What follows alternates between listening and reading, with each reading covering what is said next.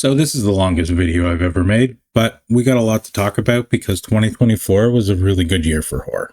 Most of the movies that got good reviews were horror movies compared to everything else that came out, which was great to see for horror fans, but maybe not for everyone else. The year wasn't perfect because we did see some horror flops and there was a few really polarizing films that came out, but I do feel that 2024 had something great for everyone, no matter what type of horror movies it is that you're into. So for that reason, I've decided to close off the year by giving you all my number one favorite horror movies for each subgenre. This list was tricky to make because I didn't want to duplicate anything, but I was still able to get all the movies that stood out to me in this list, and that was my goal with this video. That said, it was a really fun year to be a horror fan, so let's talk 2024 and my top picks for each subgenre of horror. These are all my number ones, in no particular order.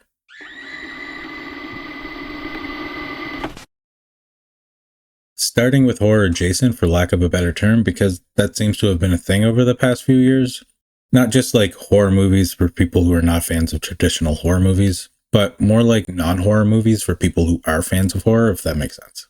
They say everything in the 90s was scary because of the amount of horror adjacent stuff in pop culture during that time period. So to see that starting to kind of become a thing again, while not in the same way, is very good for the horror genre, whether you like these movies or not. We even got the return of the kids' horror icon Beetlejuice and a good Ghostbusters movie. So horror-adjacent films were all over the place in lots of different ways last year, but if I was to pick one that stood out to me personally, it would be Monolith. If you're looking for a good example of what I mean by horror-adjacent, then this is a must-watch. It's a science fiction thriller about a journalist who has a podcast that covers the dark and mysterious, when she receives an anonymous email that leads her down a rabbit hole involving a mysterious brick. Now, I know that sounds kind of boring, especially with the whole movie taking place over the phone and the main character staying at home the whole time, but I assure you it gets quite compelling along the way. As someone who does a lot of voice work and editing myself, there's just something about this movie that really clicked with me. As much as I understand that that's not going to resonate with everyone, but it is a good horror-adjacent film either way. It premiered at an Australian film festival back in 2022, but didn't get released globally till February of 2024, which is when I finally got a chance to see it and why I feel it belongs here on this list. But if we are going to talk 2024, then we need to talk about AI because it was a big part of the year. From the strikes, the backlash movies got for just saying they used an AI image, to film companies trying to sneak AI art past us, to the horror movies themselves. Making my number one favorite AI techno horror movie of the year, Latency, also known as Hannah's Game. Now, I understand this movie isn't perfect, but compared to the other AI horror movies we got last year, this one just felt like something I hadn't seen done before. It's another isolation horror movie about a professional gamer that is extremely agoraphobic, who receives a package in the mail containing a brain-computer interface that is inspired by something like Neuralink, who then decides to enter a gaming competition with it. Which was an interesting idea, but I felt like they just didn't know where to go with it. Especially at the end, which felt rushed and probably left a bad taste in people's mouths about this movie. Rushed ending aside, this movie had some psychological twists and turns in it that made me feel like it had the potential to be good, but ended up just being okay. But the fact that this was more of a psychological AI horror movie is really why I ended up enjoying it much more than any of the other AI horror movies we got last year. There was a few of them that came out, but they weren't all that great for the most part. And not my favorite science fiction horror movies of the year, because that honor goes to Alien Romulus, which felt like the much needed return to form for the franchise that the fans have been asking for, as much as some of them complained about it being too much like the originals. It ended up getting good ratings across the board, so obviously those complaints were not valid. It was a science fiction horror movie set in space, and I loved it for being that this time around. It's about a group of friends flying out to an abandoned spaceship to steal cryosleep pods so they can travel to another planet 9 light years away, when they discover the reason why the ship was abandoned in the first place. It felt like a requel with a bunch of new characters to continue the franchise with, but we'll have to wait to see what comes next to know if that's going to be the case. It is long and does get really weird near the end, so just consider yourself warned if you haven't seen this already. When it comes to the zombie genre, between The Walking Dead and us living through an actual pandemic, they just don't hit like they used to. So at this point, it's going to be really hard for them to do something we haven't seen done before. But then along comes Mads, an artistic French horror movie that was all shot in one take over a 5-day period and focuses more on the transformation process of someone turning into a zombie. which felt like found footage to me, but not throughout all of it. As much as I found myself paying attention to where the camera person was in most of the scenes, they did do a great job of hiding the shadows and reflections of the person holding the camera, which was all down to a good use of lighting and an impressive amount of preparation work that's hard not to appreciate on this one. Like, this movie starts in the daytime and then ends at night, so they would have had one opportunity a day to shoot this movie, weather permitting. I found it interesting that the zombies weren't your typical brain-dead walking corpses, but were still consciously aware of what's going on around them and able to talk, think for themselves, laugh, smile, ride bikes, skip. More zombies that skip, please. I need more of that in my life. And the all-in-one shot concept did a good job of showing how an outbreak can spread, despite the people involved doing everything that they can to try and contain it. I spoke about this next one during my top 5 B movies of 2024 video, but it wasn't my number one if you haven't seen that already. It was, however, my favorite comedy horror movie of the year because it was the B horror movie that genuinely made me laugh the most. Here for Blood is about a professional wrestler who gets convinced to babysit a little girl for his girlfriend while she's studying for her exams, but when he does, they end up getting attacked by a cult. The script is funny, it has some well-delivered one-liners in it, and the big strong man protecting this little girl dynamic makes for some wholesome humor along the way. It does have a lot of comical gore, as well as a lot of action in it like something you'd get from a wrestling match, which gave this movie a sense of nostalgia for the 90s because the masks and the cult were very reminiscent of what you would get from professional wrestling of that time period. I loved this movie, but it's one of those movies that might be more appealing to wrestling fans, even though you don't need to be a wrestling fan to get its sense of humor. Since releasing my top 5 B movies of the year video, I guess Here for Blood is a bit of a hidden gem that a lot of people missed out on, but it's not my number one favorite hidden gem of the year because that went to Strange Darling, which is about a man and a woman who have a one-night stand that leads to them hunting each other. I've heard a few people say that this whole movie was one big role-playing fetish thing, and while it does have some stuff like that at the start of the movie, I didn't see the entire movie like that. It uses a non-linear narrative that doesn't play the acts in chronological order, but it does so in a way that works for the film, which doesn't get confusing, but it does keep you guessing about what's going on and then reveals things along the way. It was also shot on actual film, which looked gorgeous in a way that really made the colors pop and seems to have slipped under a lot of people's radar last year. So don't let the non-linear narrative of this one scare you away from it, because it's a great movie that is something different than what we usually get. To be honest, I'm not big into folk horror myself, but I do prefer them when they are set in current times, which is why I'm kind of fussy with them. Making my number one favorite folk horror movie of the year, the second of 2 foreign films on this list. Exuma is a South Korean paranormal horror movie with folk horror elements to it. It's about a shaman and her team investigating a supernatural illness that unearths the family's dark secret after digging up an unmarked grave on a mountain. It has a lot to do with Eastern spiritual beliefs and practices when it comes to honoring and respecting the dead, and the legend of the fox splitting the tiger's spine, which refers to the shape of the Korean peninsula and the Japanese people installing metal rods at specific sites, where the energy of the land flows to block Korea's land energy from the strength, prosperity, and fortune of the Korean people. It is a bit long and a slow burn that is worth the wait, like Asian horror movies tend to be, but I'd consider it more of an Asian horror than a folk horror, as much as it does have a lot of folk horror aspects to it. I'm going to cheat on this next one because my favorite anthology horror of the year was a TV series called Tales from the Void, which is a collection of creepypastas from the No Sleep Reddit community hosted by the creator of the No Sleep podcast with interviews from the writers on each episode. It felt like a modern-day version of The Twilight Zone with more of a focus on horror, and because the shorts are longer than what you'd get from an anthology movie, I enjoyed it more because of that. Though there is only 6 episodes that are around 30 minutes each, so it is pretty short as well. And another one that slipped under a lot of people's radar last year that I feel should be brought to more people's attention.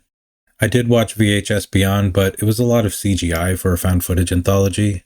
It was neat seeing Alana Pierce in a horror movie, and I think she did a great job, but other than that, I may have liked 1, maybe 2 of the other shorts, and the rest were all just mid or under to me, so it didn't really stand out to me like Tales from the Void did last year, if we are talking anthology horror. I hope that's fair. Speaking of found footage, my favorite found footage horror movie of the year was Life of Belle. Okay, now hear me out. Frogman was a fun watch, but it wasn't a great movie overall. And technically what I consider to be the best found footage movie of the year is coming up next in another category because I didn't want to duplicate anything. Life of Belle is a good runner-up though. It's about a stay-at-home mom taking care of her 2 kids when the daughter Belle gets a camera for her birthday and then she wants to become a content creator with it. The mom then goes through a mental break after she stops taking her meds while her husband is away on a business trip, though there is a supernatural element involved with that. With the mom talking to herself, screaming at her husband randomly, and the movie being a mix of camcorder and home security footage, it really gives off this Paranormal Activity vibe, but with kids involved. I've seen a few found footage movies over the years involving children, and it's usually the child actors that take me out of the immersion. But that's not the case with this one because the kids truly were the star of the show here, by just feeling like kids just being kids, which is what made everything else that much more unsettling. The lead-in was a bit slow, and it didn't feel like anything I hadn't seen done before, but if you're a fan of Paranormal Activity and enjoyed Skinamarink, then you might want to check this one out. On Tubi instead of YouTube because it has less ads and came out on both. Though, on that note, if you were looking for a good free alternative to Shudder or Screambox, then Tubi had you covered last year, as well as being a good year for Tubi in general. So I'm really looking forward to see what they have planned for 2025. This next one, the more I think about it, the more I feel it was the best found footage movie of the year. But I also feel it belongs in the low-budget independent category more, because it was made with only $800 and released for free on YouTube as well. So, for those that don't already know what this is from that alone, Milk and Cereal is about 2 YouTubers pranking each other on one of their birthdays when one of the pranks ends up being taken too far. So this being released for free on YouTube is part of the creative expression of this film. I found the jump cuts to be a little much at the start, but it was like what you would find on YouTube. Also, the acting was like what you would get from YouTubers presenting themselves in front of a camera, and it does have a few scenes that make you wonder why they are still filming. But with everyone being YouTubers, it does come across like filming everything is just second nature to them. I love when a movie is able to do a lot with very little, and the thing that makes a found footage movie good is how authentic it feels, which they nailed on this one, especially with all the actors being unrecognizable names at the time of its release. The movie is paced well with lots of pranks, twists, and turns that makes the short runtime of only an hour long not feel boring at any point.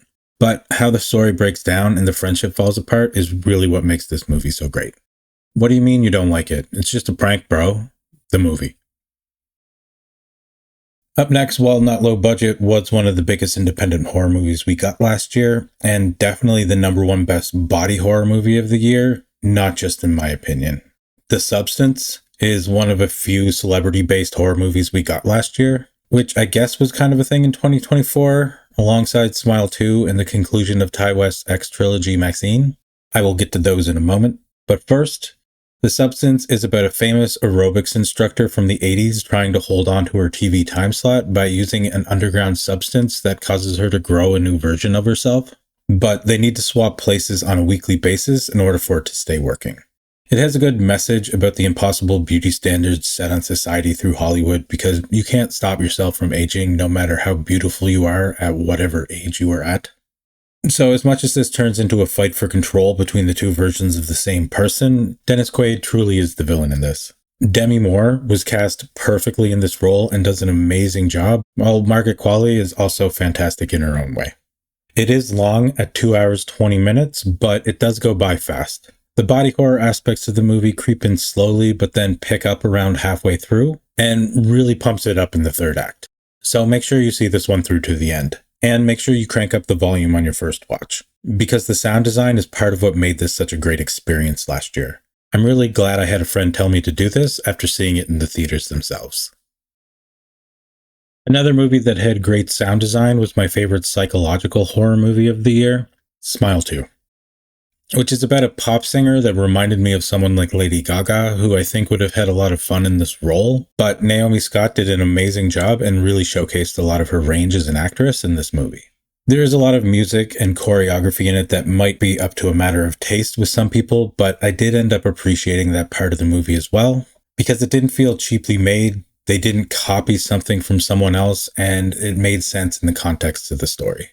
Like I said, this was a great audio experience to take in, even down to the rolling credits, and to the point where I feel this is a great example of modern-day synthwork and horror today, and is the only movie on this list that gets my rating of 2 jump scares out of 0. The gore is good, with lots of close-up shots that make things stand out, and it starts right at the end of the first movie with a 10-minute long action scene that is all done in one take with action, gore, fire, and everything.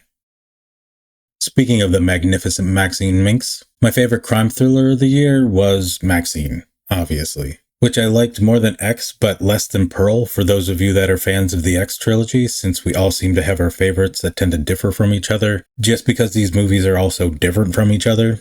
It wasn't just a crime thriller to me though, it was a love letter to the 70s Italian giallo films that inspired the slasher genre of the early 80s, which is a horror niche in its own right.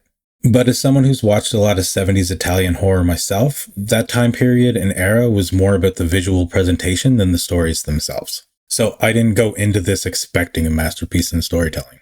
I do feel it tries to do a little too much, with the evils of Hollywood, religion, and how your past can come back to haunt you, combined with the Night Stalker and satanic panic of the 80s, while also paying homage to a niche genre from the 70s in a different country. There is a lot going on in this movie.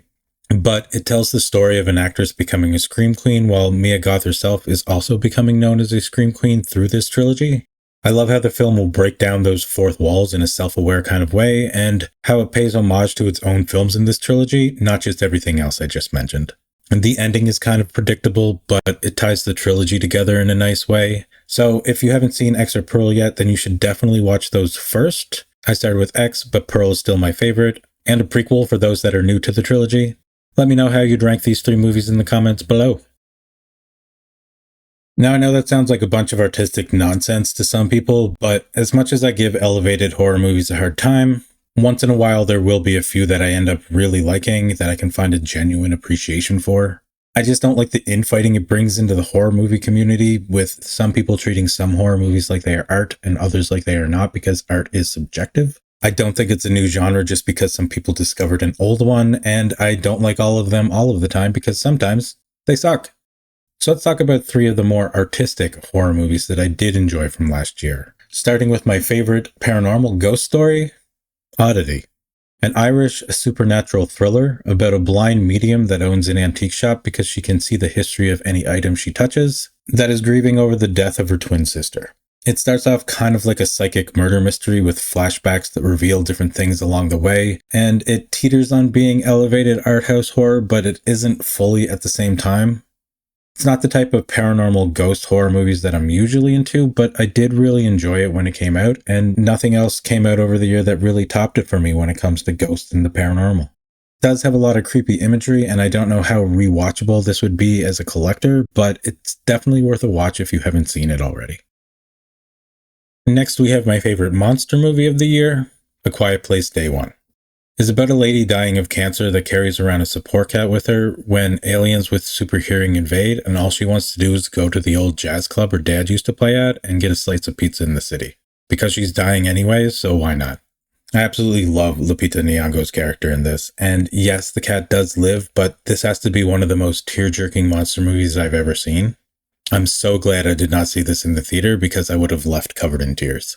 I do consider it an elevated type monster movie because it's not so much about the monsters as much as they are there to provide jump scares and tension, but it's more about the fear of sound and how that affects the people around the protagonist. I love that this movie has a cat as one of the main characters, and since there's very little dialogue, it actually works out quite well. Which is why it's one of my most recommended movies of the year, because there's so many people that should see this that haven't and probably won't unless someone brings it to their attention. It's a prequel and a beautiful movie that hits you in a way that you just won't expect from a movie like this. And almost made my number 1 favorite elevated art house horror movie of the year because it just has that vibe about it. But it's a monster movie, making my number 1 elevated art house horror movie of the year, Heretic, which is a psychological religious horror movie about 2 girls from the Mormon church going to a man's house to preach their gospel, but he turns out to be highly educated in all religions and has his house set up like a board game that they then need to try to escape from. I really enjoyed the creepy, calm demeanor of the villain in this. It gets pretty suspenseful and would make for a great winter horror movie to watch over the winter months because there's a storm going on while all this is happening that progressively gets worse throughout the movie. It's not really about any particular religion, but all religions in general and their beliefs, so I'm not sure if I'd even consider this to be a religious horror movie just because it's not about possession, demons, holy or unholy ghosts and spirits or anything like that. making my favorite religious horror movie of the year, The First Omen, which is not elevated or artsy, but didn't need to be as good as it was either. I love seeing the rise of these old black and white horror-inspired movies coming out lately with things like The First Omen, Abigail, Nosferatu, Wolfman, Frankenstein, Dracula, and many others that are coming out in 2025 that I'm looking forward to, because my physical media collection started as a black and white movie collection and then grew from there. So I'm all for it. Give me more of this, please. The First Omen is a prequel to the original Omen from 1976, which tells the story about a woman from America who travels to a convent in Rome to take her vows. When she comes across a woman staying there who appears to be mentally ill, and then she starts witnessing evil things going on around the church that then escalates to people becoming possessed around her. It does add a lot to the backstory of the original by focusing on the story of Damien's mother and his birth, so it does have some pregnancy horror moments in it. That was also kind of a thing last year.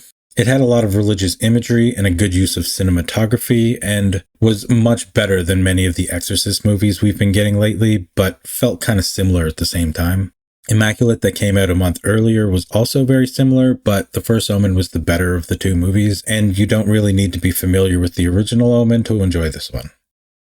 I do feel like the term elevated horror has started to run its course over the past few years, with people just starting to call them what they are, art house horror or psychological thrillers, which aren't going anywhere, but you're also starting to see these movies take in influences and inspiration from the slasher genre as well, which is making a comeback right now. Thanks to Damien Leone doing it right with the Terrifier franchise, bringing us to my favorite slasher of the year, Terrifier 3. Which was this year's box office phenomenon, winning the Clown Wars against Joker 2. I hate that I feel the need to use the term non-horror fan on this one just because of the reaction this movie got when it came out. People assumed that since there was going to be kids in it, and since the bedroom scene in Terrifier 2 horrified them so much that it was going to be Art the Clown doing that to children, but it was far from it. Yes, there were kids in it that got killed, but all of those scenes happened off screen, and that's not crossing a line that shouldn't be crossed because kids die in horror movies all the time. You can see where these types of comments come from people who either decided to opt out of seeing the movie entirely or are not fans of traditional horror movies in general, which is a byproduct of us going through 10 to 15 years of this elevated art house horror trend that I personally don't mind myself, but it has brought in a bunch of new fans to the horror genre that just aren't used to seeing horror movies being so horrifying, especially not on the level of Terrifier, which is inspired by the 70s, 80s, and 90s slashers that some of these art house snobs tend to shit on, which is why Art is obsessed with shit. His name is Art, and his art is death. It's not that complicated, but it is genius at work, which is making a statement that needs to be made right now, as much as the slasher genre has always come and gone in popularity over the decades. So just make sure you watch them in order, because if you can't get through Terrifier 1, you're not going to get through Terrifier 2. And if you can't get through Terrifier 2, then you're not going to get through Terrifier 3. We didn't get many Christmas horror movies last year, but we did get Terrifier 3, which was one of the best ever and the highest grossing unrated movie of all time, making back $84 million. So that's okay with me, as much as I love getting a few new Christmas horror movies each year. Other. I can't not talk about Abigail because while not my favorite in any specific genre, it was one of my favorite horror movies of the year. In my top 5 at least, as much as I understand that this was one of the polarizing films we got last year. It's about a group of robbers breaking into a rich person's mansion to kidnap their daughter and hold her hostage for ransom, but the girl turns out to be a vampire that then locks them into the mansion with her. It doesn't explain that she's a vampire for the first half of the movie, but then takes a drastic turn about halfway through, becoming more of an actual horror movie than a horror comedy. Was it the scariest movie of the year? No. Did I have fun watching it? Yes, and consider it very rewatchable. I can see where people might not like the ballerina girl as a villain, but child vampires aren't anything new to the vampire genre, and it did make vampires feel like vampires again, which is always great to see since they learned how to glow and sparkle in the sun. Melissa Barrera was awesome in this, but Catherine Newton was the best part of it for me. As much as this movie might not be everyone's sense of humor, it's a comedy horror movie. You can't criticize it for having comedy in it and being scary at the same time. It's not like the comedy wasn't supposed to be there, whether you laughed at it or not, and if it was still kind of scary too, then it did its job as a horror movie as well. I found this to be a great, well-done movie that held its place in the top of my list all year long. And lastly, I'm going to give an honorable mention to my favorite non-horror movie of the year, which was The Fall Guy, A romantic comedy about a stuntman that asks the question of why don't stuntmen get recognized at the Oscars, which is just as important of a question as why don't the Oscars have a horror movie category. It was a comfort food type watch for me in the first movie of the year that I watched twice. I used to say you wouldn't want to watch an entire movie of explosions because it would just get boring after a while, but I can't say that anymore because this movie was basically a story about explosions and I absolutely loved it. But that's going to be it for me. This video was a lot of work, but I am glad that I did it this way and hope to do it again like this next year. I probably should have done it in 2 parts, but I did learn a lot along the way, so thank you to those that are still here with me. I will be leaving a list of all these subgenres in a pinned comment below if you'd like to let me know what your #1 favorite horror movies were for each subgenre of horror that came out in 2024. And if you're into B movies, cult classics, hidden gems, and horror, or just in the mood for something different than what the mainstream media has to offer you, like and subscribe, and I will see you again in the next video. Thanks for watching, and Happy New Year.